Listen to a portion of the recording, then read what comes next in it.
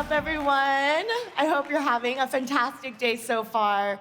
My name is Jenny, and I'm on the Figma Story Studio team, and it's a pleasure to have you here at the Maker Stage. Our next speaker is Darby Thomas, a product designer at GitHub, who's here to encourage us to get a little silly, to have a little fun. How do you make work more interesting, more full of joy? I, for one, am so excited to find out. Please join me in welcoming Darby.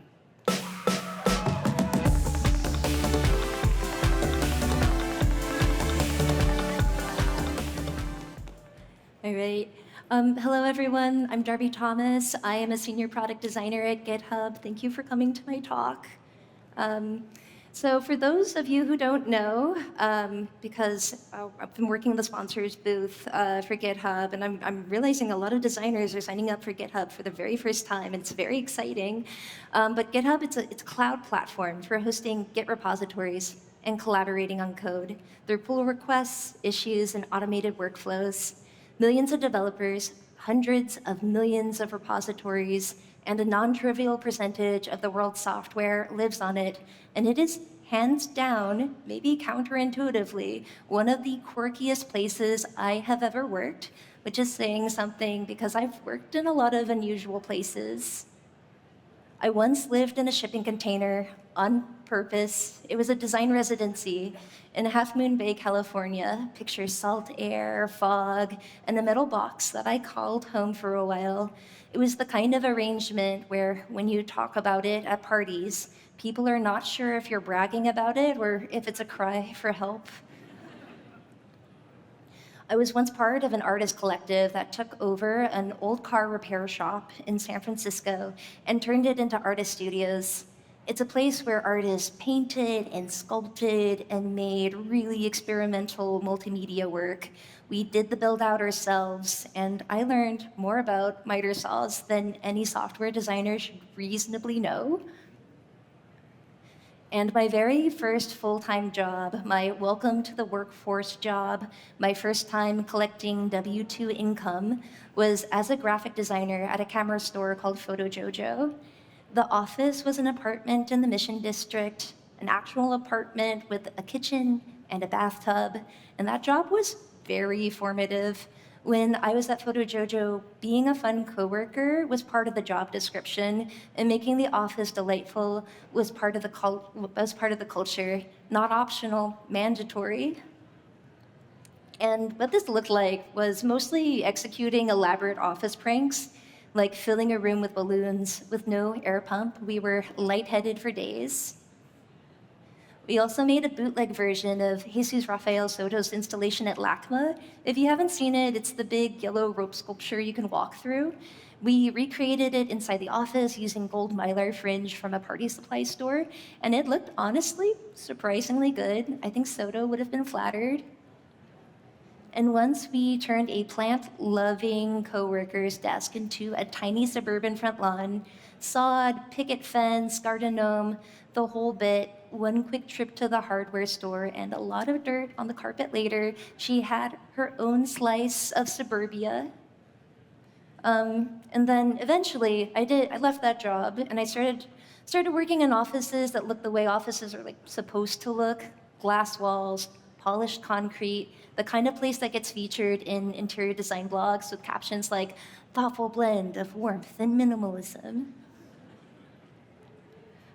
But I just kept doing it. I kept bringing that the workplace is actually a stage for performance art, and I'm the artist energy with me into every single job. I just couldn't help it. My baseline for what counts as professional behavior is permanently, unchangeably warped.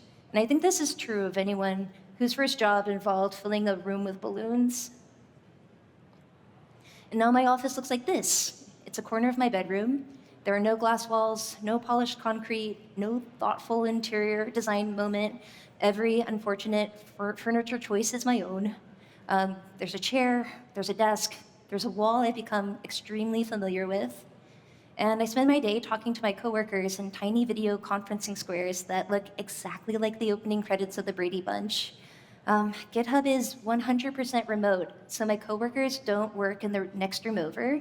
they work everywhere. They're in Seattle, New York, Barcelona, London, plus a generous assortment of other cities that I have to Google the location for before I can put anything on the calendar. And sometimes my office looks different, like the actual San Francisco GitHub office. You know, like a real one with other humans in it. I can see how tall my coworkers are. I can see them in profile. It rocks. And then once a year, during our design team offsite, my office becomes one of the many, many Microsoft offices scattered around the globe. And I want to be honest with you about something, considering my professional history.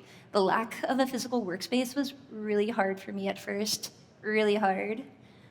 Which surprised me because I genuinely thought, I'm a person who lived in a shipping container. I can work anywhere. That was kind of my whole deal. But it turns out I can work anywhere, and I can work in my bedroom alone for 8 hours a day without my soul slowly drifting out of a window are two very different sentences. The adjustment was rough. I missed the bumping into people, the accidental conversations. But a silly goose finds a way. At some point, I realized I'm always going to have fun at work. It's not a setting I can turn off. It's like breathing oxygen to me. I literally do not know how to be the non-goofy coworker. So if the office wasn't going to give me a stage, I was going to have to build one. So I started making things. So a little bit of context, collaboration and community-submitted art is part of GitHub's corporate culture. When GitHub launched, the founders bought a piece of stock art from an illustrator named Simon Oxley, and the image was a cat with octopus tentacles. GitHub liked it, licensed it, and named it the Octocat, and internally we call her Mona Lisa. And since then, the GitHub community has made hundreds of variations of the Octocat, and open source has always been kind of a remix culture. You fork it, you tweak it, you make it yours, and you send it back into the world. People took the logo, dressed it as their favorite character, their hometown heroes, their inside jokes, and GitHub said, yes, we're gonna make a sticker out of it.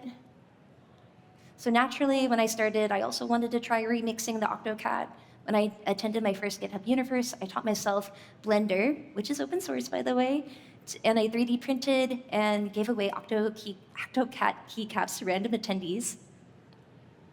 When I co-hosted a vibe coding contest at one of our internal offsites, I decided somewhere in the planning process that the prizes needed to be physical prizes. So I taught myself how to laser cut in order to make these lanyard charms, because when I see a deadline, I don't think, oh, I should do less. I think, I should learn a brand new skill. Our customer research team once asked me to jazz up some research assets for a feature budget game. Just little props, nothing fancy, but I don't know how to do not fancy. And I feel like this is the reputation I've got. Need something to be a little bit more fun, go ask Darby. I'll put in the overtime, I'll make it happen. And because when you work at a 100% remote company, your product demo videos become the deliverable, and I've begun to put maybe a little too much effort into mine. It is said that there are two hard problems in computer science: cache invalidation and writing the gray and blue text on a page. For this design hackathon, Helen, Jan, and Darby, that's me, are trying to make it easier to write the helper text in a mission we're calling Prettify the Blue Links. We selected pages to audit to see if there were any good candidates for a rewrite, and boy did we find some. We noticed we could usually remove repeated information like learn more in our documentation, see more in our documentation, resulting in a cleaner, easier to read text for users. We also realized that GitHub has a lot of pages, and correcting everything manually would be too hard. So we made apps instead. We have two great flavors for you to choose from. If you're working on a design and you want a copywriting buddy to make suggestions for you, head on over to our web app, Prettify the Blue Links. And if you want an audit of a page that's already live, you can use our Spaces app to make suggestions. That's a wrap on our hackathon project. Thank you for watching. Bye-bye. Oof. All right. Okay, I'm going to take a brief moment to overcome the cringe of perceiving myself. All right. Yeah, so at GitHub, everyone is kind of the goofy coworker. Everyone is kind of the personality hire. And my coworkers are genuinely some of the coolest and most talented people I have ever met. And I don't say that in like a disingenuous, like networking website way. I mean it in the like, how did I get in this room? Do I really belong here way? I feel genuinely lucky to be at a company that hires and encourages people with offbeat senses of humor to shape the brand and vibe, even when it's not formally part of their job. Some of my favorite GitHub gear, swag, and brand assets were made by Hubbers who are nowhere near the brand and marketing organization. Talented, creative, weird people exist in every department, and GitHub has this beautiful habit of just letting them cook. A few examples that I love. Our head of developer relations, Martin Woodward, designed and open sourced an LED lamp project featuring our Octocat logo. So that's right, our head of DevRel moonlights as a lamp designer, and this is all available on GitHub, of course. Our Copilot Magic 8-Ball toy, yes, a real physical Copilot branded Magic 8-Ball, was the idea of an engineer, Helen. An engineer pitched a fortune-telling desk toy, and the company said, yeah, obviously we're gonna make it. That's kind of the energy at GitHub.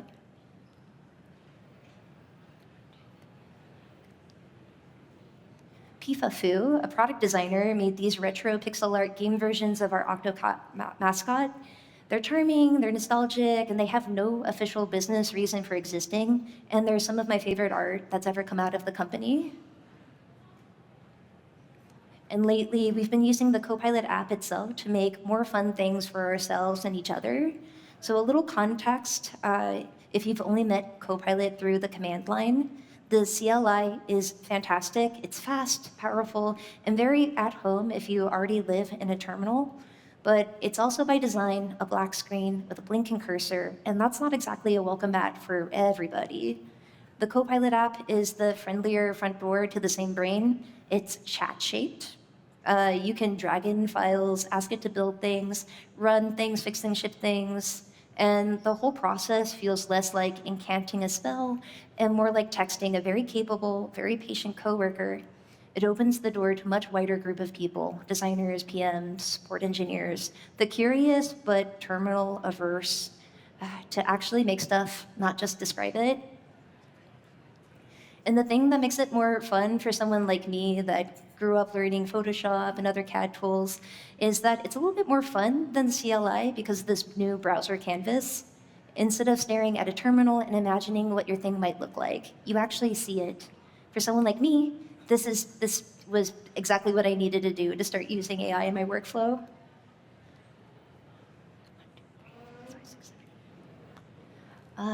And so some other things my coworkers have been making with Copilot, this retro arcade-inspired Copilot jump game, and it's exactly what it sounds like, pixel art, chiptune, a little 8-bit Copilot bouncing through obstacles. It started off as a, wouldn't it be funny, it'd be like really hilarious if we did this, and then somewhere along the way it became a real playable game that you can easily lose 10 minutes to when you're supposed to be answering a team's message, which honestly I think is the highest compliment I can give to a side project. Our senior brand designer at Cameron Foxley wanted an ASCII animation app, and in about a day programmed one with Copilot. You can draw directly on the canvas with just letters and numbers and review the frames in an animation. Copilot was the technical partner he needed to superpower his creative skills. And Josh Farrant, a senior design engineer who had never built a physical computing project before, ever in his life, used Copilot to teach himself how to make a screen-free audio player for his kid. He went from, I don't know which end of the soldering iron is hot, to my child has a custom piece of hardware in their bedroom with an AI pair programming guide guiding him the entire time. That, to me, is kind of the dream. So if you're one of the silly gooses out there, the person who decorates the shared document, who names the meeting room something unhinged, who sneaks a joke into the footer of a slide deck, who builds the thing nobody asked for because it would be funny, please keep doing it. And maybe give us a visit at the GitHub sponsors booth. We're always looking for people with a unique perspective. And in this day and age, I know it can feel risky. There's always a quiet little voice that says, am I being too much? Isn't this the workplace? Shouldn't I be more normal? And I'm here to tell you, with the full authority as someone who once filled a room with balloons on company time, no, be less normal. The weird stuff is not a distraction from the work, it is the work.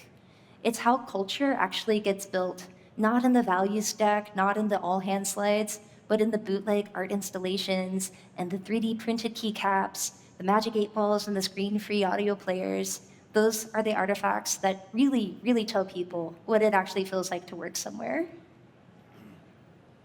So my one ask, my one call to action, if a talk like this is allowed to have one, is this: stay fearlessly quirky, make the dumb thing, ship the comedic bit, hand a stranger a tiny keycap, be the reason someone tells a story about their job 10 years from now. The silly gooses are load-bearing. Please don't stop. Thank you.